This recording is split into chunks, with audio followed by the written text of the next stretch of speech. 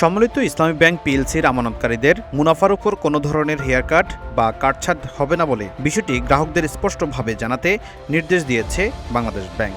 একই সঙ্গে আগামী 1 সেপ্টেম্বর থেকে ব্যক্তি আমানতকারীদের প্রয়োজন অনুযায়ী বিভিন্ন হিসাব থেকে অর্থ উত্তোলনের সুযোগ নিশ্চিত এবং দ্রুত ব্যাংকটির স্বাভাবিক কার্যক্রম চালুর উদ্যোগ নিতে বলা হয়েছে।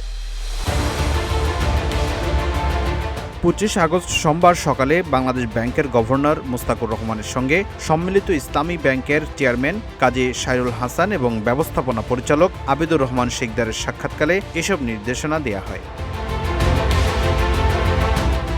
সাক্ষাৎকালে বাংলাদেশ ব্যাংকের deputy governor doctor Mohammad Habibur Rahman, doctor Mohammad Kabir Ahmed ও মোহাম্মদ সারোয়ার হোসেন ও মোহাম্মদ আনিসুর রহমান উপস্থিত ছিলেন।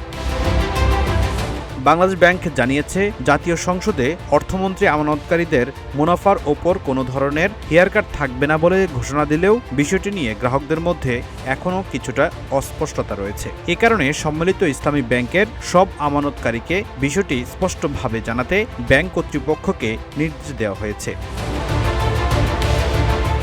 এদিকে গত বছরের 29 ডিসেম্বর ঘোষিত স্কিম অনুযায়ী আমানতকারীদের অর্থ ফেরত দেওয়ার প্রক্রিয়া এরই মধ্যে চলছে। এর বাইরে আগামী 1 সেপ্টেম্বর থেকে ব্যক্তি আমানতকারীরা তাদের আল ওয়াহিদা চলতি হিসাব, মুদারাবা সঞ্চয়ী হিসাব ও মুদারাবা মেয়াদি আমানতের মূল অর্থ প্রয়োজন অনুযায়ী তুলতে পারবেন।